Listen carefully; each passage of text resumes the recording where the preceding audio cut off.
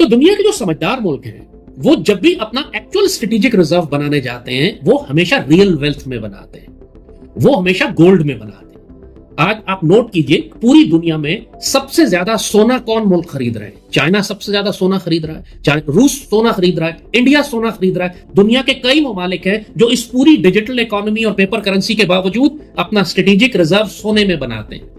क्यों सोने में बनाते हैं? कि उनको पता है कि अगर ग्लोबल इकोनॉमी कोलैप्स होती है, कागज का नोट रद्दी हो जाता है, तो कम से कम उस मुल्क के पास रियल वेल्थ इकोनॉमी होगी, रियल वेल्थ बेस होगा, जिसकी बुनियाद पर वो अपनी नई करेंसी जारी कर सकता है या नए सिक्के जारी कर सकता है। इसलिए समझदार मुल्क अपना स्ट्रेटेजिक रिजर्व रियल वेल्थ में बनाते हैं। और ये आज से नहीं हो रहा, जब से इंसान पैदा हुआ है उस वक्त से इंसान हमेशा अपनी दौलत रियल वेल्थ में जमा करता है। यही हुकूमतों का असल असासा होता है, असल खजाना होता है, असल बैतुल माल होता है, the real wealth that you have.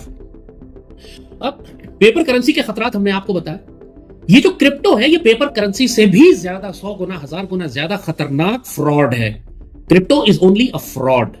ये कोई करेंसी नहीं है, ये कोई मीडियम ऑफ एक्सचेंज नहीं है जिसको दुनिया का कोई मुल्क छापता हो या उसकी अथॉरिटी उसको बैक कर रही हो। ये सिर्फ इंटरनेशनल इंटेलिजेंस एजेंसीज ने, ड्रग माफियाज ने, दहशतगर्दों ने, कार्टेल्स ने और डार्क वेब पे काम करने वाले बड़े बड़े क्राइम रिंग्स ने अपनी आसानी के लिए ये करेंसी इजाद की है, जो प्रैक्टिकली वीडियो गेम के बोनसेस की तरह है। जो वीडियो गेम खेलते हैं तो आपको बोनस मिलता है उसके अंदर, इसी काम को ये बिटकॉइन माइनिंग कहते हैं।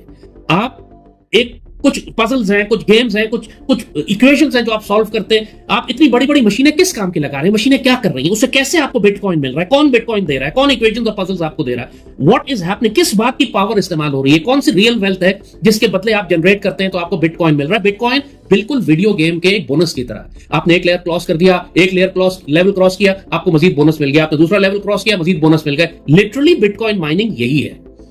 और ये कोई रियल वेल्थ नहीं है, ये मेक बिलीव इल्यूजन है।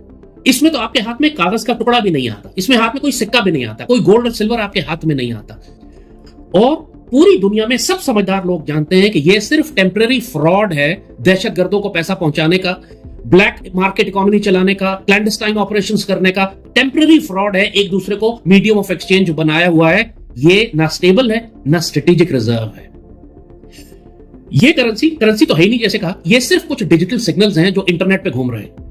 इनको डिसेंट्रलाइज है, कोई गवर्नमेंट मैनेज नहीं करती, कोई स्टेट बैंक मैनेज नहीं करता, कोई रेगुलेट नहीं कर सकता। इनको किसी को मालूम नहीं कि कौन कंट्रोल कर रहा है, कहां से आ रहे हैं, कहां जा रहे हैं, कौन है वो जो ये डिसाइड करता है कि बिटकॉइंस का रेट क्या होगा, कौन है ये डिसाइड करता है कि एक्सचेंज रेट कितना होना चाहिए, कौन ये डिसाइड करता है कि इसकी वर्थ क्या है, वेल्थ क्या है।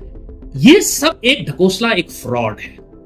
और ये बात मैं सिर्फ हवा में नहीं कह रहा, इसकी एविडेंस मौजूद है।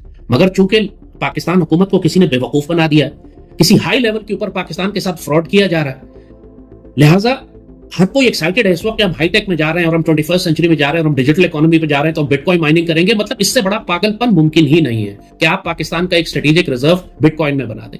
यानी वो कोई करेंसी या इकोनॉमी स्टेबल कैसे हो सकती है जिसकी बुनियाद सिर्फ डिजिटल सिग्नल्स पे हो और एक इंटरनेट की तार पे हो। इंटरनेट कट गया, पाकिस्तान डिस्कनेक्ट हो गया अपनी सो कॉल्ड इस डिजिटल वॉलेट से। यानी और ये वॉलेट किस तरीके से हैक होते हैं, कैसे चोरी होते हैं, जाहिर है कि जिन्होंने ये सिस्टम बनाया उनको इसको हैक करना भी आता है।